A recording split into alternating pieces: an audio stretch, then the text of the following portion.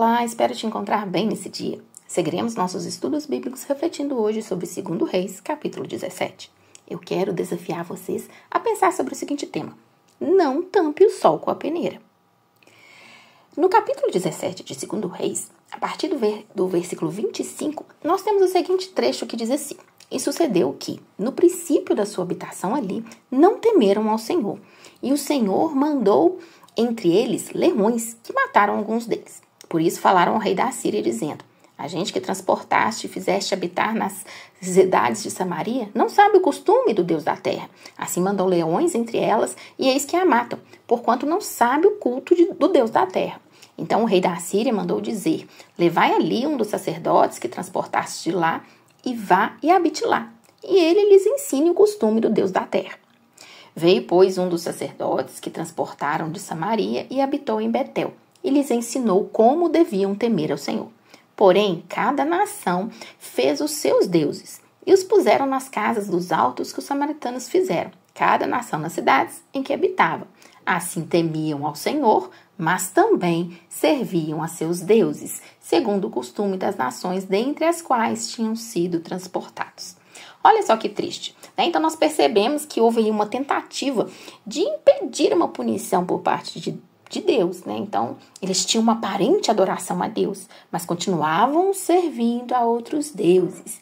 Mas a palavra deixa claro: não tem como servir a dois senhores. Não adianta ali tampar o sol com a peneira. A verdade é que eles estavam tendo culto a outros deuses, desobedientes, fora dos caminhos do Senhor da mesma forma. Mas antes da gente prosseguir aqui com a nossa reflexão, quero te pedir que você se inscreva aqui no canal, ative o sininho, assim você vai receber as notificações e nos ajuda a expandir a palavra de Deus. Então deixa seu like, comenta e compartilhe. Voltando aqui para o nosso tema: não tampe o sol com a peneira. Então nós vamos voltar aqui, eu quero sugerir que você então leia todo o capítulo 17, porque nós vamos discutir todos os pontos como vemos fazendo até agora, né? Então, o capítulo começa ali com Oséias, né, que assumiu o trono de Israel em um momento crítico ali da história. A linhagem de reis, né, em Israel, ela havia sido marcada ali por uma sucessão de líderes ímpios, que sempre levaram o povo aqui à idolatria e à desobediência a Deus. E o reinado de Oséias não foi exceção a isso, né? Ele é relatado como um monarca que não conseguiu endireitar ali o rumo espiritual do seu povo. Então, vai nos informando logo no versículo 2 que ele fez o que era mal aos olhos do Senhor, contudo não como os reis de Israel que foram antes dele. Sugerindo aí que, embora Oséias não tenha sido o pior rei, né, em termos de conduta espiritual, ele ainda persistiu em seguir um caminho contrário aos mandamentos de Deus. Então, sua incapacidade de liderar Israel de volta ali à fé verdadeira e ao culto exclusivo ao Senhor é um aspecto bem importante que vai contribuir para a decadência do reino. Tem um evento também que é bem destacado, que durante o reinado de Oséias, Salmaneser, que é rei da Assíria, sitiou Samaria por 3 anos. Né? Samaria era a capital de Israel e uma cidade ali fundamental para o reino. Então, o cerco de Samaria demonstra a crescente ameaça à Síria, à soberania de Israel, e vai antecipar a queda, né, da nação. O fato de Samaria resistir por 3 anos, né, esse cerco, demonstra ali uma resiliência, né, do povo israelita, mas também a determinação dos assírios em conquistar essa cidade. Essa situação aí de cerco provavelmente causou ali muito sofrimento e dificuldades para a população de Samaria. E a incapacidade de Oséias de proteger seu reino ou buscar a ajuda de Deus em meio a essa crise, né, destacando sua fraqueza como líder espiritual e político. No finalzinho, né, menciona que ali por trás do cerco, o rei da Assíria encontrou traição em Oséias. Ele diz assim, então é importante notar que a traição aqui se refere à tentativa de Oséias de buscar a ajuda de outro povo estrangeiro, o Egito, em vez de depender de Deus para proteção. Isso demonstra ali a falta de confiança de Oséias em Deus e sua escolha de confiar em alianças humanas, em vez de buscar a orientação do Senhor. Nós temos também, ali no versículo 7, vai iniciar enfatizando a persistente maldade de Israel, né? tem a declaração: isto aconteceu porque os filhos de Israel pecaram contra o Senhor, seu Deus. Então, os pecados de Israel incluíam prática de idolatria, construção de ídolos, altares pagãos, adoração a falsos deuses. Então, essa apostasia espiritual era a principal causa da ruína ali de Israel. Fala que Israel abandonou os mandamentos e estatutos do Senhor, eles adotaram costumes das nações ao seu redor, né, contrariando claramente as orientações divinas, né, destacando aí uma ênfase na apostasia e na rebelião contra Deus, né, como os pecados ali de Israel. No versículo 13 destaca que Deus enviou profetas para advertir Israel e chamá-los ao arrependimento. No entanto, a nação ignorou essas advertências e endureceu cada vez mais o seu coração, né, contra a voz do Senhor. Então, demonstra que a queda de Israel não foi uma consequência inevitável, mas o resultado de sua escolha deliberada de rejeitar a Deus e sua instrução. O texto vai seguindo, né, descrevendo aí a progressão dos pecados de Israel, culminando aí com a total corrupção espiritual. Então, endureceram o seu serviço, assim como seus pais que não creram no Senhor, seu Deus. Então, essa referência aí aos pais de Israel lembra o longo histórico de rebelião e desobediência que a nação vinha carregando aí por gerações e gerações, né? Destaca muito a adoração aos ídolos, que é uma abominação diante do Senhor.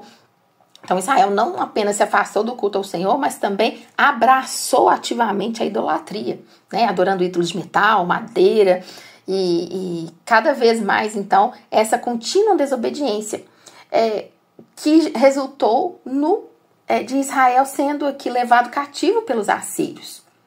Então, no versículo 18, registra que o Senhor muito se indignou contra Israel e os lançou de diante da sua face. A consequência foi o exílio da maioria da população israelita para a Assíria, marcando aí o fim do reino do norte.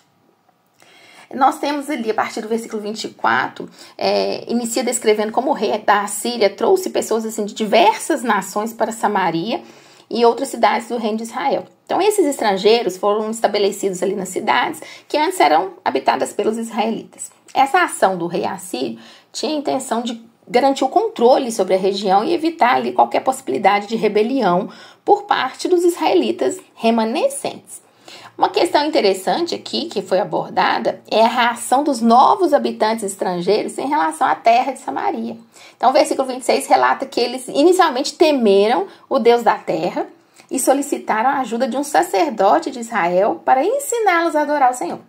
Então, isso demonstra ali uma influência persistente da religião israelita sobre a região e como a presença de Deus na terra deixou uma impressão duradoura.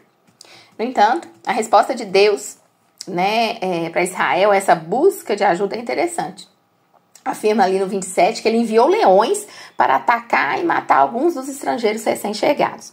Isso pode ser visto ali como um reflexo da justiça divina, já que os estrangeiros estavam buscando a Deus, mas também continuavam a adorar os ídolos. A presença dos leões foi interpretada como um castigo de Deus, por não adorarem exclusivamente o Senhor. Então, diante disso, o rei da Assíria pegou lá um sacerdote israelita que fosse trazido de volta para ensinar os novos habitantes estrangeiros sobre o Deus da terra. Isso resultou na instrução religiosa ali dos estrangeiros e, posteriormente, nessa prática aí de um sincretismo religioso, onde eles adoravam tanto o Senhor quanto os deuses pagãos. Então, essa mistura de religião, de cultura, reflete ali a complexidade desse período pós-exílio ali em Samaria. A narrativa enfatiza muito que, apesar da adoração sincrética, esses estrangeiros não abandonaram completamente os deuses das suas próprias nações. Então, eles continuaram a adorar ídolos. No 41 afirma assim essas nações temiam o Senhor, mas também serviam as suas imagens de escultura. Demonstra aí a persistência das antigas práticas religiosas entre os estrangeiros, apesar da exposição e adoração ao Deus de Israel. Então, nós temos aqui, nesse capítulo 17, algo bem interessante. Então, descreve aí a substituição de Israel por estrangeiros, e vai destacar a complexidade da situação em Samaria após o exílio israelita. Então, a introdução de povos estrangeiros na terra levou à coexistência aí de várias religiões e culturas, resultando nesse sincretismo religioso que misturava a adoração do Senhor com a adoração de ídolos pagãos. que vai então ilustrar as consequências duradouras da queda de Israel. E como a presença de Deus na terra deixou também uma marca profunda, mesmo em meio a essa paisagem tão diversificada e complexa religiosa.